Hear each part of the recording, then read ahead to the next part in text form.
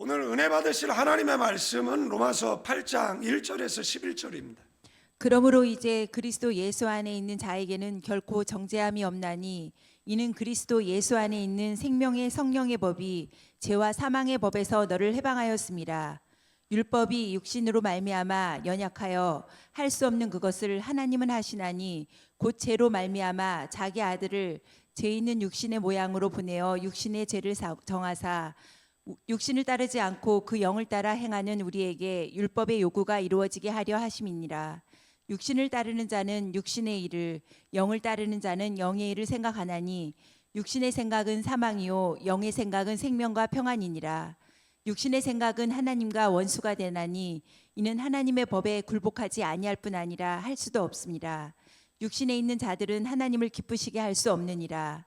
만일 너희 속에 하나님의 영이 거하시면 너희가 육신에 있지 아니하고 영에 있나니 누구든지 그리스도 영이 없으면 그리스도의 사람이 아니라. 또 그리스도께서 너희 안에 계시면 몸은 죄로 말미암아 죽은 것이나 영은 의로 말미암아 살아있는 것이니라.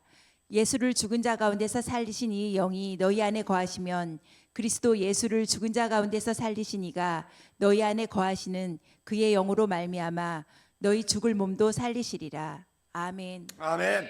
로마서는 사도 바울이 로마 교회에 보낸 편지라는 것을 우리는 압니다. 로마서는 복음의 핵심을 가장 체계적으로 설명한 서신이죠. 로마 교회는 바울이 직접 세운 교회는 아니었어요. 이미 존재했던 교회였고, 그리고 유대인 신자와 이방인 신자가 함께 섞여 있었던 공동체. 그래서 교회 안에는 율법, 구원, 죄, 은혜에 대한 이해의 차이가 있어서 늘 시끄러웠던 교회라는 사실입니다. 저희는 장로교죠. 그러나 여기 안에는 대부분 필리핀에서 같이 신앙생활을 하시던, 그리고 아니면 장로교를 다니셨던 이런 분들이죠. 근데 필리핀에서 목회할 때는 감리교에서 온 사람, 침례교에서 온 사람, 그 다음에 성결에서 온 사람, 다양한 사람들이 모여 있죠. 그러면 어떤 사람은 와서 목사님 운영위원회 안 만들어요? 그래서 운영위원회요? 저희는 당의 정치인데요. 침례교는 운영위원회가 있거든요. 어떤 사람은 와서 나는 권사인데, 남자 권사인데 여기에는 권사가 없네요. 그럼 저는 호칭을 뭐라고 불러야 돼요? 라고 이야기하죠. 집사님이죠. 근데 마치 집사라고 부르면 강등당한 것처럼 기분이 드나 봐요. 소정의 교육을 거치고 이제 안수 집사로 하면 되죠. 그런 거를 좀 불편해하는 분들이 있어요. 그래서 이제 또 침례교회는 장로가 없거든요. 근데 요즘은 이제 교회 법에 의해서 침례교도 이제 장로를 세우는 경우들도 있어요. 그래서 직제가 달라요. 감리교회는 목사도 이제 수습 목사를 준목이라고 그러고, 저희 같은 경우에는 이제 준목 제도가 없고, 그 다음에 이제 강도사, 그래서 설교할 수 있는 라이센스가 있다, 이런 표현이죠. 근데 강도 그러니까 좀 어감이 안 좋긴 하지만, 그래서 전도사, 강도사, 그 다음에 이제 목사 이렇게 되는데, 감리교는 이제 준목 제도가 있어요. 같은 목사인데 그냥 준목이라고 이야기를 하는 것이죠. 정회원이 있고 준회원이 있는 이런 식인 것 같아요. 순복음 교단은 세례를 받고 성령 세례를 또 받아야 된다, 이렇게 이야기를 하고, 장로교회는 세례 받고 예수를 구주로 영접하면 성령께서 내 안에 임재하시죠. 그래서 그것을 성령의 인침, 성령 세례라고 이야기를 합니다. 그래서 순복음 같은 경우에는 성령 세례 받은 그 표징이 뭐냐, 그렇게 이야기할 때 그게 방언이다, 이렇게 이야기를 하는 것이죠. 그러면 순복음 기준으로 보면 방언을 못하는 사람들은 성령 세례를 못 받은 사람일 수 있는 것이잖아요. 그러나 장로교 교리는 또 그거하고 달라요. 어떤 교단은 이제 행위 구원, 그래서 교회 생활 굉장히 열심히 합니다. 헌금도 구원을 얻기 위해서 하고 예배도 구원을 얻기 위해서 하는 곳도 있어요. 그러나 장로교는 구원받은 은혜가 감사해서 예배하고 구원받은 은혜가 감사해서 뭐 하는 거죠? 뭐 헌금 생활하고. 여러분들 뭐 1억이라는 헌금을 할 수 있다라는 것은 돈이 있어서가 아니에요. 그게 많고 적음이 아니라 헌금이라는 것은 우리가 할 수 없는데 할 수는 없잖아요. 그러나 헌금할 수 있다라는 것은 믿음이 필요한 겁니다. 믿음이 없으면 헌금을 할 수가 없어요. 저도 마찬가지잖아요. 저도 이렇게 그 청소년 시절이 있잖아요. 그 학생 시절도 있고, 그 부모가 주는 용돈 가지고 교회에다가 돈이 없어서 여기 헌금 바구니에 손을 넣었다가 뺀 적도 있어요. 왜냐하면 헌금 바구니가 돌아다니는데 또 헌금 안 하기도 예매하잖아요. 그러니까 돈은 없고 그러면 이제 뭐 하는 거죠? 손을 넣었다가 뺀 적도 있고, 그 다음에 빈 봉투를 한 적도 있어요.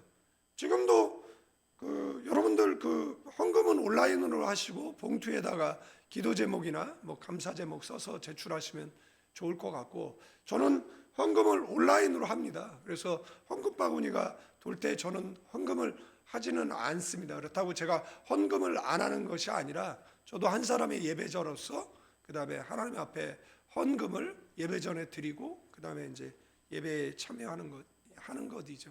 어느 교회 가면은 헌금함이 뒤에 있어요. 그래서 헌금 바구니를 뭐 돌리지 않는. 그래서 각 교회들마다 이게 달라요.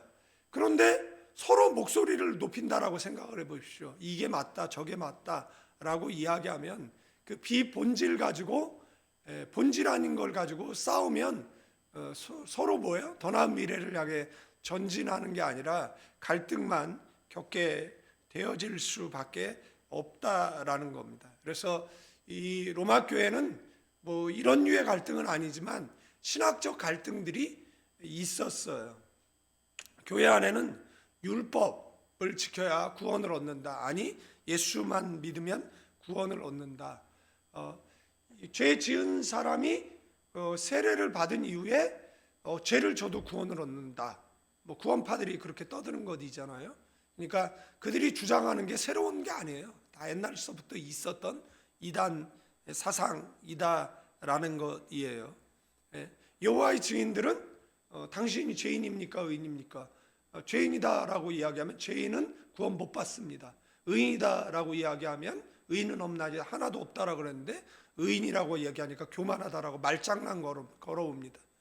구원받았다 그러면 또 언제 받았냐라고 이야기합니다. 그렇게 자꾸 말장난, 구원받았는데 증거를 내놔보라고 이야기하는 경우들도 있었습니다. 그래서 여호와의 증인들을 집에 들이지도 말고 인사도 하지 말아라고 요한 1, 2, 3서를 통해서 말씀하고 있어요. 그게 여호와의 증인인지 어떻게 아냐? 여호와의 증인들은 후대에 나타난 것인데 예수 그리스도의 육체로 임함을 부인하는 자는 적그리스도니 그를 집에 들이지도 말고 인사하지 말라라고. 이단은 다른 게 아니에요. 이단은 예수님이 받아야 될 영광을 목사가 받는 거예요. 그래서 그들은 목사라고 하기보다는 교주라고 하는 게 맞습니다. 신천지의 이만희가 그렇고 한농복구의 박명호가 그렇고 뭐 신옥주라고, 그 다음에 안산홍 증인의 안산홍이 그렇고, 지금은 이제 그 부인이죠. 뭐 통일교회 문선명, 뭐 박태선 이런 자들은 이단이죠. 이런 자들은 그 그리스도인들을 사냥해서 그 다음에 뭐예요? 배교의 길을 가게 하고 구원을 잃어버리게 하는 사탄의 하수인들이다라는 것이에요. 그래서 지금 이들이 뭐 하는 거예요? 뭐 정치 참여하고 그 다음에 뭐 그러는 거잖아요. 그래서 뭐 통일교를 없애겠다. 뭐 그 다음에 뭐죠? 신천지를 없애겠다. 얘네들만 있는 줄 압니까? 저 지방에 가면은요 시장들 배후에 이단들이 있어요. 여러분들 뭐 대통령들이 무슨 정책을 편다 그러면 그게 그 사람들 머리에서 나온 것일 수도 있는데 배후에 이단이 있는 경우도 굉장히 많아요. 뭐 판문점, 판문점에 뭐 평화공원을 만들겠다. 그러면 아 이거 참 좋은 정책이다. 여러분들 그 만들 수 없어요. 그것은 우리 땅도 아니고 그곳은 북한 땅도 아니고 그것은 남북이 합의해서 만들 수 있는 곳이 아니에요. 거기는 유엔 산하예요. 그러니까 그들이 말하는 것, 그 누가 얘기하느냐라면 그 마음 수련원이라는 곳이 있잖아요. 단학선원. 그래가지고 그 아이들 뭐 초등학교 이런데 당군상 세우던 누구죠? 당군 교주? 걔가 배후에 있는 겁니다. 그게 문재인 정권 때 나온 거잖아요. 그 배후에 있는 겁니다. 그러니까 정치가 배후에는 뭔가 다 있어요. 그들이 말하는 거, 얘네는 그죠? 얘네는 정치 자금을 거기서 받았나 보다, 이런 생각이 드는 겁니다. 그 다음에 뭐 박근혜 정권 때는 뭐 할랄프도 이런 대단히 단지를 뭐 만들어준다? 그러면은 생각할 수 있잖아요. 걔 배후에는 이슬람 자본이 있나 보다, 뭐 이런 생각을 하는 거잖아요. 이 사람들은 뭐 지나간 사람들이니까 이야기하고 지금 있는 사람은 얘기 안 하겠습니다. 그죠? 그러니까 뭐 정치인 이쪽 편에 서고 저쪽 편에 서가지고 그 재수 없는 짓 하지 마세요. 이 사람은 무음하다, 이것도 잘못된 거고, 그죠? 무음한 사람이 어디 있습니까? 다 잘못하고 있잖아요. 잘못한 거는 뭐 정직하게 잘못한 건 잘못했다고 얘기하고, 잘한 건 잘했다라고 이야기하는 게 가장 정직한 거고, 뭐 이게 편을 나눠가지고 무조건 잘못했다라고 이야기를 하면, 무조건 잘했다라고 이야기를 하면 그것은 정치교에 빠진 사람입니다. 우리 안에는 정치교에 빠진 사람이 없기를 바라겠습니다. 아멘도 안 하는 걸 보니까 동의를 못 하겠다. 뭐 내라도 해야죠. 하나님 말씀 아닌 것은 뭐 아멘 안 하는 건 이해가 되겠지만, 바울은 이런 상황 속에서 복음이 무엇인가 정확히 설명할 필요를 느껴요. 그 결과가 바로 로마서라는 거예요. 종교개혁자 마틴 루터는 로마서 8장을 뭐라고 말했느냐라면, 성경 전체를 반지로 본다라면 로마서는 그 반지의 보석이고, 로마서 8장은 그 보석 가운데서 가장 찬란하게 빛나는 부분이다라고. 존 파이퍼 목사님은 가장 위대한 책의 가장 위대한 장이 뭐냐? 로마서 8장이다라고 이야기를 했어요. 어떤 학자는 성경이 불타서 없어진다 해도 로마서 8장만 붙들면 구원받을 수 있다라고 말했어요. 그래서 로마서 8장 전체를 외우는 크리스찬들이 굉장히 많이 있습니다. 성경 66권 가운데 하나의 장을 외워야 한다라면 여러분들 로마서 8장을 달달달 외우시기를 바랍니다. 로마서 8장은 달아 없어지기를 바랍니다. 로마서 8장에는 진홍색 볼펜으로 밑줄 그어진 부분으로 가득 차기를 축원드리겠습니다. 저희 어머니가 임종하실 때 이제 그 교회에서 신방을 와서 그 다음에 예배를 드려줬어요. 그래서 저희 어머니가 그 6개월 동안 교회를 못 갔거든요. 대사장에도 있었고 약간 치매기도 있었어요. 그런데 저희 어머니가 미리 헌금을 모아둔 것인지 아니면은 매주 이제 11조가 10,000원이었고 그 다음에 이제 주정헌금이 3,000원이었어요. 그 당시 20여 년 전 그 당시에 그 돈은 작은 돈은 아니었어요. 연세 드신 분, 아무런 일을 하지 않는 분에게 있어서는 큰 돈이었는데 늦게 신앙생활을 하셨어요. 그리고 하나님께서 그 7년 생명 연장해 주시고 그 다음에 이제 집사의 직분을 받고 그 다음에 금호제일감리교회 그 장강현 목사님께서 1월 첫 주 설교하시면서 김길순 집사는 성도의 의무를 다한 그런 집사라고 설교 가운데 말씀해 주셨는데, 저희 어머니가 그 헌금 그 11조와 그 다음에 주정헌금, 기타 헌금이 한 요 정도 두께가 되는데 그날 하필이면 그날 다 하셨어요. 그 전에도 신방하는데 안 하셨거든요. 근데 그날 다 하셨어요. 아마 목사님이 느끼셨던 것 같아요. 임종이 가까우셨다라고 생각하신 것 같아요. 그래서 무슨 찬양 불러주기를 원하느냐라고 얘기를 했는데 나의 갈 길 다 가도록 예수 인도하시니 이 찬양 불러달라고 했다라고 해요. 그리고 저희 삼촌, 두째 삼촌이 이제 문화촌 성결교회 장로님이셨는데 이제 삼촌이 이제 어머니 뵈러 왔는데 예배를 드렸어요. 그런데 역시 나의 갈 길 다 가도록. 그래서 저희 어머니 영정사진 앞에 보통 이제 성경을 펴두잖아요. 그러면 보통 좋아했던 성경 귀절들을 펴놓는데 저는 나의 갈 길 다 가도록을 펴놨습니다. 그 성경책은 지금도 갖고 있는데 저희 어머니 성경책 그 부분만 발에 있어요. 나의 갈 길 다 가도록 지금 384장만. 왜 그러냐면 지금은 이제 예수 믿는 분들 장례식장에는 향을 안 피우는 분들이 많아요. 그런데 옛날에는 조문 오는 사람들이 다 크리스찬이 아니니까, 그래서 크리스찬 아닌 사람들은 뭐 향을 피울 수 있도록 그렇게 해줘요. 그러나 요즘은 또 그런 것도 안 하더라고요. 심지어 요즘은 장례식장을 뭐 이렇게 3일장 하지도 않고 요즘은 안 하는 또 추세이기도 한데, 그래서 향을 피우잖아요. 근데 그 향에 의해서 이제 계속 피우니까 종이가 색깔이 발에 있는 것이에요.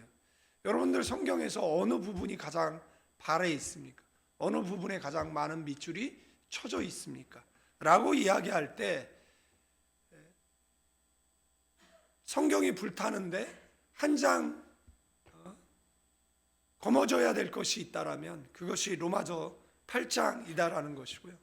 스펄전 목사님은 그리스도 있는 자에게 어찌 정죄가 있겠는가를 반복해 확신을 선포했는데, 그가 로마서 8장을 설교할 때 그리스도 안에 정죄함이 없다라는 것을 반복해서 이야기했다라고 이야기합니다. 로마서 8장의 결론은 정죄가 없다라는 겁니다. 어떤 것도 우리를 그리스도의 사랑에서 끊을 수 없다라는 겁니다. 아멘.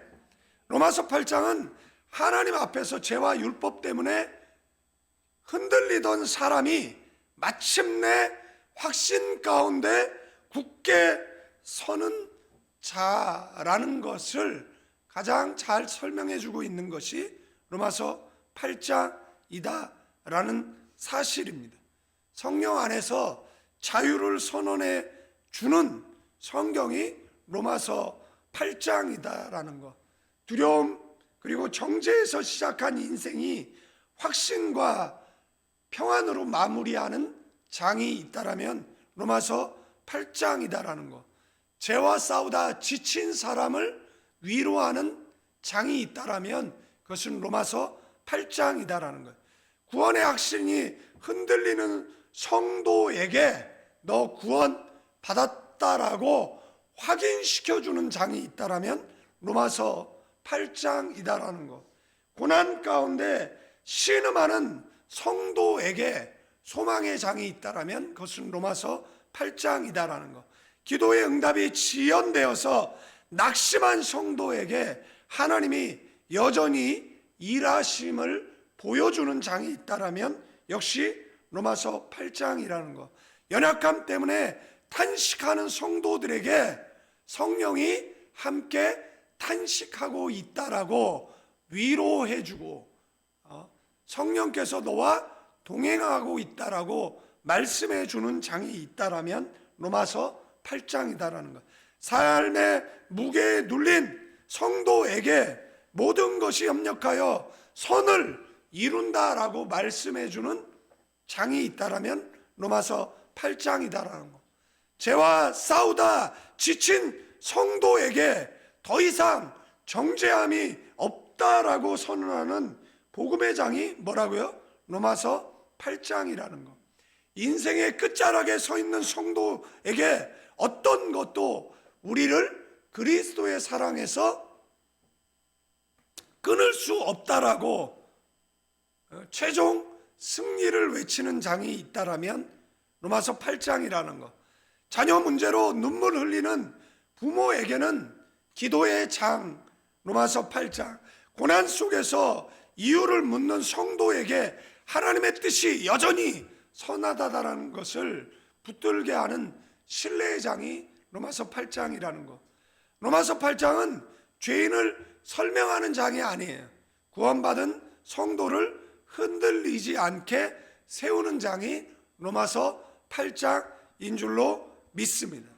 성령 안에 살아가는 삶이 무엇인지를 보여주는 삶의 장이 로마서 8장이다라는 겁니다. 그래서 로마서 8장은 복음의 심장이다, 복음의 심장부라고 말하는 거예요.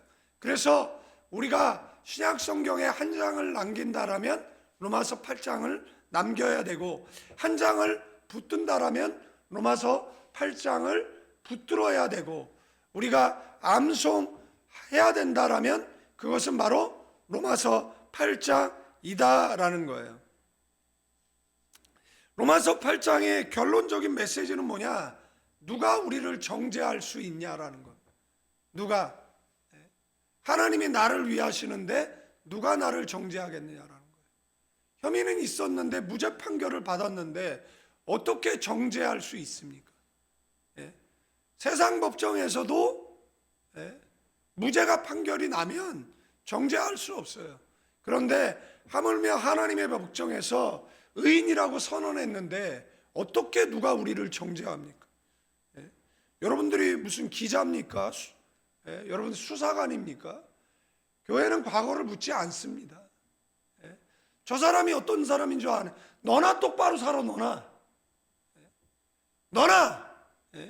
그죠? 누가 정죄를 하려고 하면 그냥 나는 너보다 의로워. 그죠?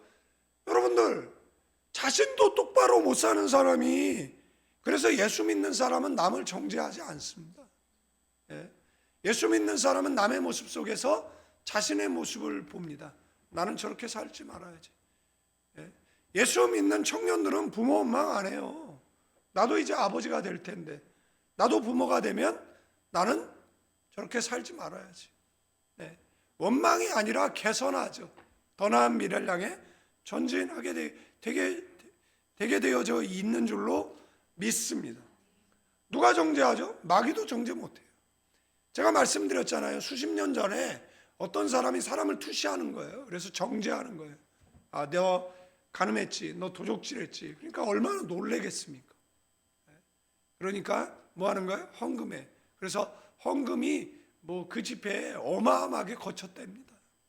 그런데 어떤 장로님이 이제 나온 거예요. 용한 목사가 있으니까. 너 간음했지. 근데 이 장로님이 피식 웃으면서, 그래서 왜? 그러니까 이분이 당황하는 거죠. 너 똑똑히 들어. 내 아내에게 사과했고, 내 교인들한테 내 잘못을 고백했고, 내 하나님 앞에 용서를 구했고, 하나님이 용서해줬고, 아내가 용서해줬고, 그 다음에 교인들이 용서해줬어. 그런데 너 뭐야? 사탄아, 예수의 이름으로 명하노니 물러갈지어다. 그런데 아세요? 거품 묻고 쓰러진 거? 여러분들, 단에 서서 메시지 전하니까 하나님의 사자인 줄 알았는데 알고 보니까 하나님의 사자가 아니라 사탄의 하수인이었다라는 것이잖아요. 누가 여러분을 정죄할 수 있습니까? 아무도 정죄할 수 없어요. 기억하십시오. 회개한 죄는 동이 서에서 먼 것처럼, 필리핀 바다가 가장 깊은데 그곳에서 수장된 죄는 다시는 떠오르지 않는다라는 겁니다. 그리고 그리스도의 사랑에서 우리를 끊어낼 수 없어요. 하나님은, 여러분들, 성령께서 우리 안에 내주하고 계시잖아요. 어떻게 그리스도 안에서 우리를 끊어낼 수 있겠습니까? 아멘. 로마서 8장을 마음에 담고 살면 은혜가 되는 줄로 믿습니다. 공고한 인생길을 걸어가다 보면 영육으로 안개에 휩싸일 때가 있습니다. 어두워질 때가 있습니다. 그러나 로마서 8장은 모든 문제에 해답을 제공합니다. 주의 말씀은 내 발의 등이요 내 길의 빛이다 라는 시편 기자의 말씀처럼 그 말씀이 우리의 인생의 빛이 될 것이고 우리의 인생이 길이 될 것입니다. 청년들이 저에게 한마디 충원해달라고 이야기하면 기도하세요라고 이야기하겠죠. 왜죠? 인생은 내 뜻대로 안 돼요. 여러분들 그 교만을 내려놓는 순간 하나님이 내 인생의 주인이 돼서 나를 이끌어 가셔요. 그러면 내가 이룰 수 없는 그곳에 그 소원의 항구에 도달해 있는 나를 발견하게 되어지는 줄로 믿습니다. 노력이요? 우리의 부모의 세대는 노력 안 합니까? 여러분들 노력으로 이야기하면 택배 하시는 분들이 인생에서 가장 노력하며 살아가요. 그분들은 밤낮 없이 노력하면서 살아가요. 왜 그런 것이죠? 자신의 운명을 바꿔보려고 부단히도 애쓰는 모습을 발견하게 되어진다라는 사실입니다. 왜 죽어라고 공부하는 것이죠? 이유는 하나예요. 인생을 조금 더 나은 삶을 살기 위해서라는 거예요. 그런데 그리스도인들은 왜 죽어라고 기도하는 것이죠? 인생을 역전하기 위해서요. 성경 속에 나오는 1897명은 한 문장으로 기도의 사람입니다. 교회는 기도의 집입니다. 아멘. 여러분들 로마서 8장 붙들고 뭐 하는 거예요? 기도하세요. 1시간 기도하면 운명을 바꿀 수 있습니다. 2시간 기도하면 한국에 쓰임받는 사람 될 수 있습니다. 3시간 기도하면 세계적으로 쓰임받는 저와 여러분들 주의 재림의 길을 예비하다. 하나님은 정계, 재계, 교육계, 영계 지도자들을 세우셔서 세상을 이끌어 가는데 여러분들 하나님은 지금도 사람을 찾으시는데 그 사람이 저와 여러분들 되어질 수 있는 것은 우리가 기도의 사람이기 때문에 그렇습니다. 나는 나이 들었다. 집에서 3시간 기도하세요. 기도하면 놀라운 역사가 일어납니다. 대를 잇는 충성으로 주님 앞에 영광 돌리는 믿음의 명문가를 이루어낼 수 있습니다. 자충우돌하며 살아가는 자녀의 인생에 주께서 빛이 되어 주시고 길이 되어 주셔서 승리케 하실 줄로 믿습니다. 여러분들 해답을 찾기 위해서 성경 여기저기를 뒤적일 필요가 없습니다. 인생에 문제가 생길 때 로마서 8장을 여세요. 그곳에 모든 해답이 기록되어져 있습니다. 믿음이 흔들릴 때도 로마서 8장을 피시고 예배의 자리에 앉아 있으나 말씀이 마음에 잘 들어오지 않을 때에도 로마서 8장을 펴서 읽으세요. 하나님의 사랑이 의심스러울 때 기도해도 아무런 응답이 없는 것 같을 때에도 정말 하나님은 나를 사랑하시는가, 교회를 사랑하시는가, 우리 민족을 사랑하시는가 라는 의문이 들 때에도 로마서 8장을 펴서 읽으세요. 정욕이 발동하고 음욕이 불릴 듯 일어날 때도 그 불을 끄는 것은 로마서 8장입니다. 분명히 버렸다라는 제 습관이 다시 고개를 들고 나를 끌어당길 때에도 로마서 8장을 펴서 읽어야 돼. 성령의 은혜가 의심될 때에도 내 안에 성령이 계시다라는 말이 현실처럼 느껴지지 않을 때에도 신앙이 형식처럼 느껴질 때에도 로마서 8장을 펴서 읽으셔야 돼.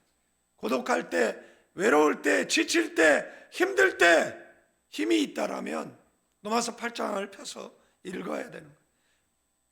사람들 속에 있지만 아무도 내 마음을 알아주는 이가 없다라고 느껴질 때에도, 기도의 응답이 없을 때에도, 간절히 기도했는데도 상황이 전혀 바뀌지 않을 때, 오히려 더 어려워지는 것처럼 보일 때,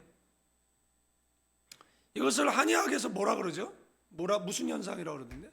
명현 현상이죠.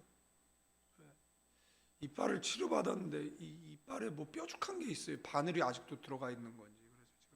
그래서 피가 나서 치과를 또 가봐야 돼. 뭐를 집어넣는 건지. 그래서 말이 버버버해요. 지금 그래도 제대로 말하려고 부단히 애쓰고 있는 겁니다. 아유, 피냄새가 입안에서 계속 나가지고 제가 하도 이를 악물어가지고 이빨들이 밑에도 이가 있잖아요. 이게 다 안으로 이렇게 해서 이게 입안에 뭐가 걸리적거리는 게 많아가지고 그래도 감사해요. 여러분들 간절히 기도했어요. 상황이 전혀 바뀌지 않아요. 치료를 받아요. 전혀 치료 효과가 없는 것 같아요. 그런데 조금이라도 변화가 일어나면 명현현상이라고 이야기하잖아요. 예? 안 좋아지면 그것도 명현현상이라고. 아유, 핑계도 좋아. 예? 그런데 기도해도 아무런 음성이 들리지도 아무런 변화가 없을 때도 있어요. 소망이 흐려질 때, 앞날이 보이지 않을 때, 내일을 생각하는 조차 버겁게 느껴질 때, 로마서 8장을 통해서 하나님의 음성을 듣는 저와 여러분들 되어지기를. 로마서 8장을 열어 읽으면 하나님께서 내 가까이에 계시다라는 것을 깨닫게 되어지고 주먹을 불끈 쥐고 다시 일어서게 되어지는 줄로 믿습니다. 8장 1절은 그러므로로 시작됩니다. 7장까지 설명한 복음의 전체의 결론이다라는 거예요. 3장에서 복음의 핵심이 뭐예요? 그리스도 예수와 안에 있는 구속으로 말미암아 하나님의 은혜로 값없이 의롭다 하심을 얻었다. 우리가 의인이 된 것은 어떤 공로가 아닌 예수 그리스도의 피값을 통한 예수를 믿음으로 말미암아 저와 여러분에게 주어진 것이기에 뭐 할 수 없다고요? 자랑할 것이 없다. 값없이 주어진 것이다라는.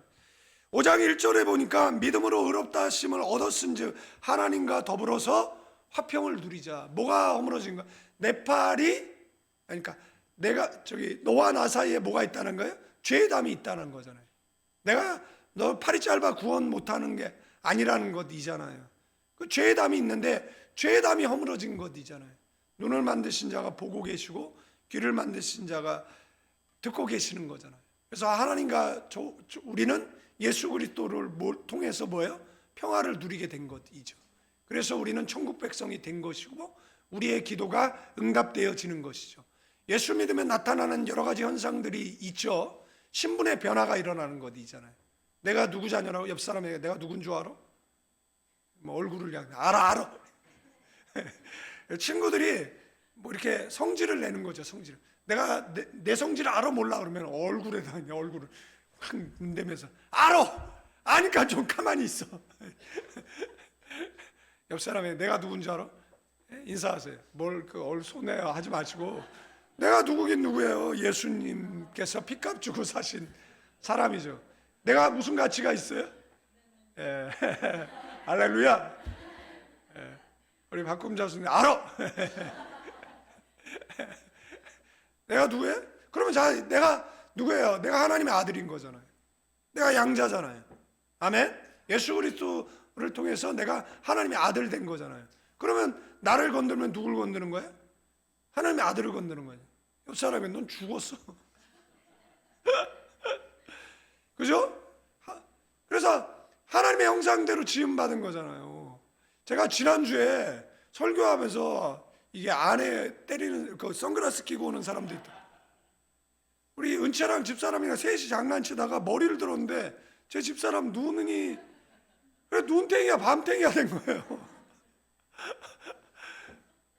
아 근데 목포를 갔잖아요. 근데 친구들이 아내가 이렇게 됐다고 그랬더니 왜 때렸냐고. 아니 그게 아니라 장난하다 그렇게 됐다고. 야 사진 찍어가지고 사진 찍어야겠다고. 예? 계속 그러는 거예요. 그러면서 우리 사모 만났는데 아유 맞으셨냐고. 어쩌다가 맞으셨냐? 안 때렸어요. 고개를 들었는데 제 안에 얼굴이 있었던 거고, 눈탱이가, 이게 멍이 빨리 가셔야 되는데 지금 일주일째 씹어내가지고. 제가 지난주에 그 설교를 안 했으면 모르겠는데, 제가 뭐 하다 하필이면 그 얘기를 했는데 또 눈이 멍들어가지고. 아유, 할렐루야입니다. 뭐 하여간 6장과 7장에서 우리는 죄의 종이 아니다. 누구의 종? 의의 종이다. 구원받은 사람은 어떻게 살아야 하느냐를 이야기를 해요. 물론 넘어지죠. 그러나 의인은 7번 넘어져도 몇 번 일어난다. 또 일어나면 돼. 옆 사람에게 뻔뻔하게 교회 다닙시다. 아유, 어떤 분이 기도하시면 응답돼요. 그러니까 죄송해서요 그러더라고.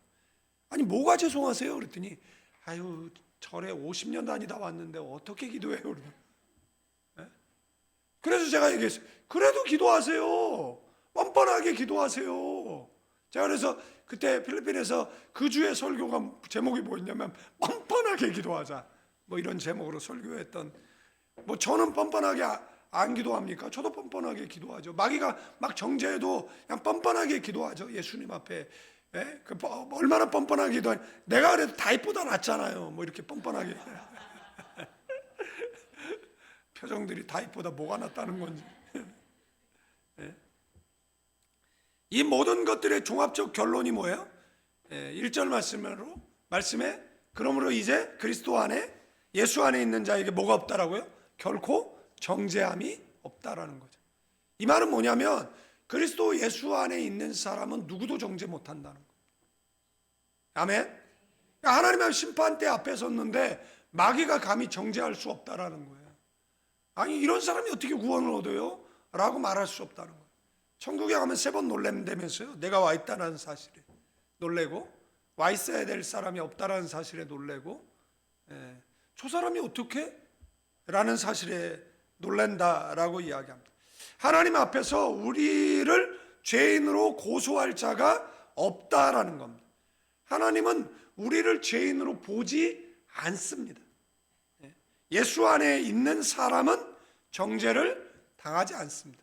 그래서 예수 믿으면 몇 가지 변화, 신분의 변화, 그죠? 그 다음에 뭐죠? 죄가 용서함을 받습니다. 아멘. 우리가 하나님의 자녀가 된 신분의 죄 용서함, 그 다음에 뭐죠? 기도의 응답이죠. 제가 여호와의 증인 얘기했잖아요. 여호와의 증인이 죄인입니까? 의인입니까? 묻는다고.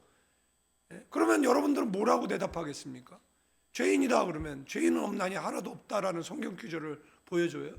의인이다라고 그러면 죄인이다라 그러면 구원 못 받겠네요 이렇게 얘기해요. 얼마나 재수 없는지 것들.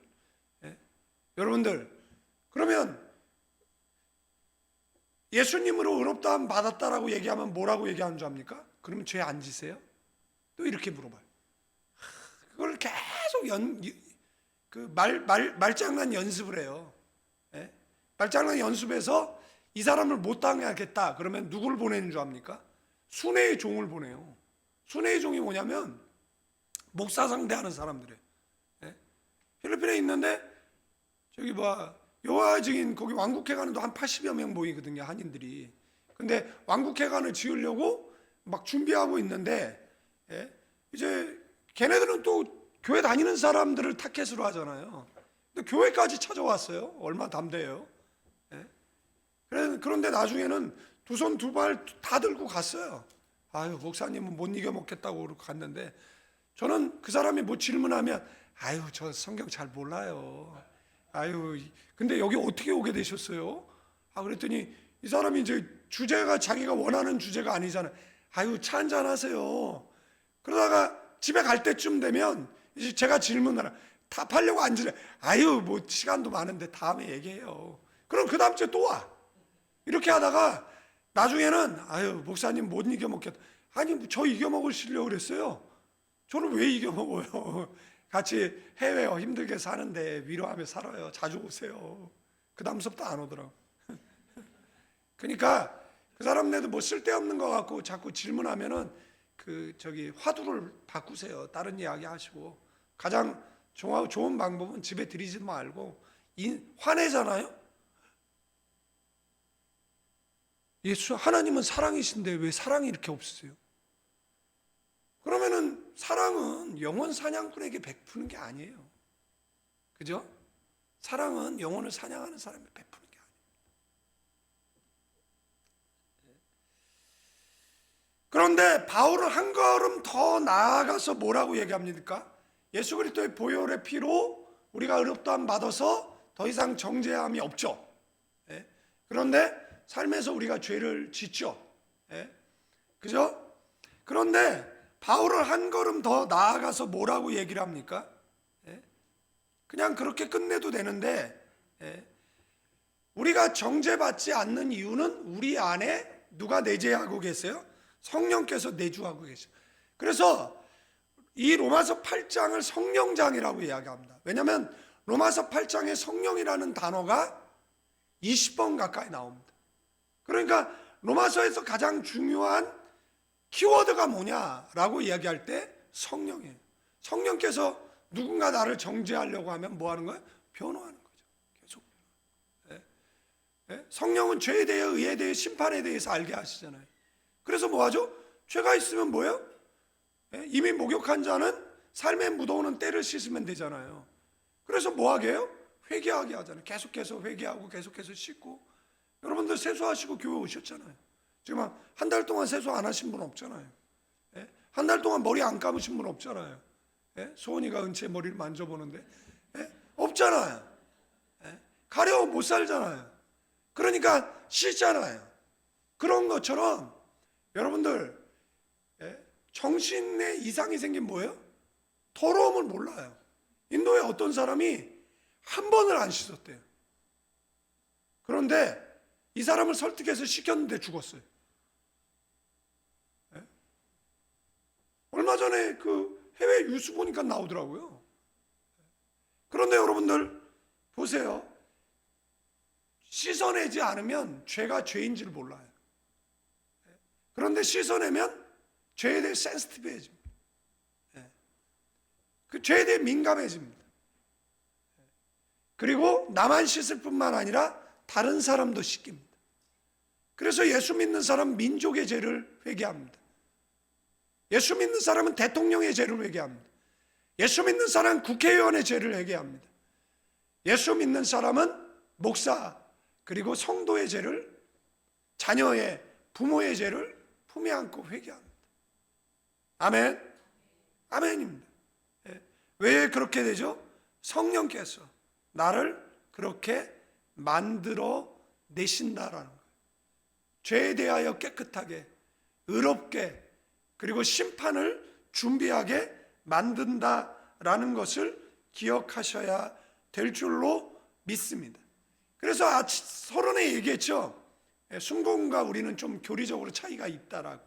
저와 여러분들은 예수를 구주로 영접하는 그 순간에 성령께서 내 안에 내주하고 계시는 줄로 믿습니다. 성령을 모셨느냐 모시지 않았느냐 어떻게 알 수 있어요? 9절에서 11절까지 나오는 내용을 통해서 알 수가 있습니다. 육신이 아니라 누가 나를 지배하는 거죠? 성령께서 나를 지배한다라는 건. 예전에 화가 나면 바로 말이 나갔는데 지금은 뭐하죠? 한번 멈추고 그 다음에 기도하게 되는 거예요. 여전히 말은 하고 싶지만 성령이 나를 붙드는 거예요. 전에는 화를 냈는데 지금은 성령께서 나를 붙들고 계시는 거예요. 예전에 손해를 보면 대가 팠어요. 그래야 직성이 풀렸는데 지금은 억울해도 누구에게 맡기죠? 하나님께 맡기고 넘어가는 선택을 할 때가 많습니다. 제 유혹 앞에서 못 참겠다라는 것이 아니라 피할 수 있다라는 생각이 먼저 드는 거예요. 여러분들 머리 위로 새가 날아다니는 것을 막을 수는 없어요. 그러나 머리에 둥지 트는 것은 막을 수 있잖아요. 죄의 생각이 날아다니는 걸 어떻게 막습니까? 그러나 죄 안 짓겠다라는 선택을 할 수 있는 것이다라는 것. 아멘. 성령의 지배라는 것은 감정 없는 상태가 아니에요. 감정보다 위에 다른 주인이 계시다라는 겁니다. 아멘. 그래서 우리는 이제 육으로 사는 사람이 아니라 영으로 사는, 아멘. 여러분들 건강은 예전 같지 않아요. 그런데 인생의 최종 진단을 의사에게 맡기는 것이 아니라 하나님께 맡깁니다. 우리는 겉사람은 후패하지만 속사람은 날로 새로워지시기를. 아멘. 그래서 죽음이 두렵지 않죠. 왜냐하면 차별, 이별, 고별, 슬픔, 애통이 있는 이곳이 아닌 저 천성에서 영원한 안식을 누리게 되어지니까 기대하게 끝이 아니라 이제 뭐야? 하나님께서 나를 다시 쓰신다라는 생각을 갖게 하는 거죠. 그래서 영으로 산다라는 것은 현실을 무시하는 것이 아니에요. 그 현실을 위해 인생을 올려 놓지 않는다. 현실에 지배받지 않는 걸 이야기합니다. 11절 말씀에 너희 죽을 몸도 살리시리라. 재림 때 죽을 몸도 살리신다라는 거잖아요. 여러분들, 제가 어머니 이야기를 했어요. 사랑하는 가족의 장례를 치르면서 끝났다가 아니잖아요. 잠시 헤어졌다라는 거죠. 옛날에 영주권 미국의 이민 간 분들은요 수십 년 못 봤어요. 한국이 지금처럼 뭐 여행 자유화가 되고 뭐 그렇죠. 제가 필리핀에서 교도소 사역을 한 2년 했었거든요. 몬틸루파 맥시문 교도소에 매주 수요일마다 갔었어요.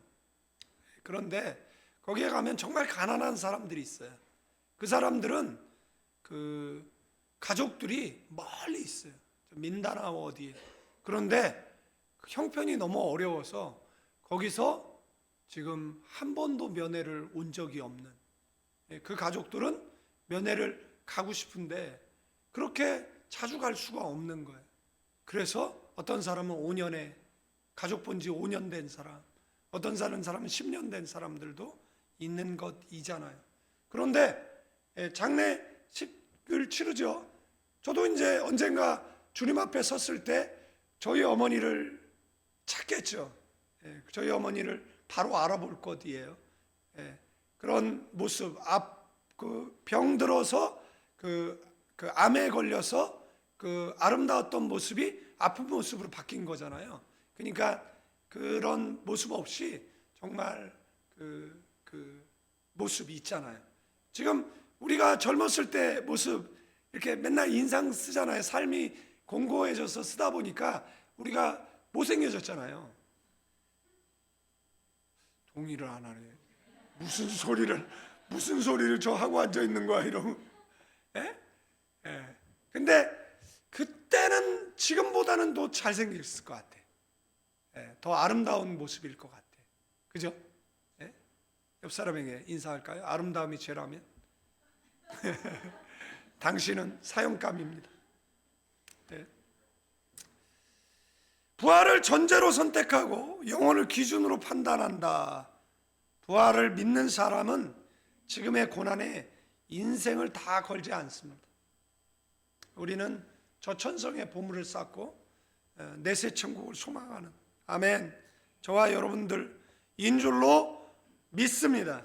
말씀 정리하고 마치겠는데 로마서 8장 1절에서 11절이 우리에게 분명히 말하는 것은 뭐예요? 그리스도 안에 있는 자에게 더 이상의 뭐가 없다? 정죄가 없다. 누군가 여러분 내면의 소리로 자꾸 못났다라고 정죄할 때 사탄아 물러가라고 외치십시오. 죄가 떠오르게 할 때 회개한 자야 예수의 이름으로 명하노니 사탄아 물러가라고 외치시는 저와 여러분들 되어지기를 주님의 이름으로 축원드리겠습니다. 더 이상 정죄받지 않는 이유는 우리 행위 때문이 아니에요. 우리 안에 누가 거하고 계세요? 성령이 거하고 계시기 때문에. 성령께서 우리를 죄와 사망의 법에서 해방하셨고 지금도 우리를 영으로 살게 하시고 마침내 죽을 몸까지 다시 살리실 것이기 때문에, 그러므로 성령을 모신 우리는 죄 아래 있는 사람이 아니라 성령의 다스림 안에 있는 사람이고, 죽음으로 끝나는 인생이 아니라 부활로 완성된 인생을 사는 사람들이다라는 것. 저는 참 많은 장례를 집례했어요. 사랑하는 성도들을 떠나보냈어요. 장로님을 떠나보냈고 집사님, 권사님들을 떠나보냈어요. 그런데 그 나라에 가서 만날 생각을 하니 흥분이 된다라는 것. 그 나라에서 가족을, 이 땅에서는 차별을 받고 이 땅에서는 무시를 받고 이 땅에서는 가난 때문에 힘겨워했고 서로 모진 말들을 했는데, 그곳에 가면 이별도 차별도 눈물도 고통도 없는 그곳에 가면 기쁨의 재회를 하고, 그죠? 영원히 행복하게 살 것이잖아요. 그니 기대되고 흥분되잖아요. 아멘. 그 나라를 기대하며 살아가는 저와 여러분 되기를 축원드립니다. 어디 가지 마요. 이제는 우리 주 예수 그리스도의 은혜와 우리 아버지 하나님의 극진하신 사랑, 성령님의 감화 감동 교통 충만 축복하심이 예배하는 믿음의 사람들, 가나안 교인들, 필리핀 임마누엘교회 교인들 위해, 조국 대한민국과 필리핀 선교지 위에 이제로부터 영원까지 함께 계실지어다.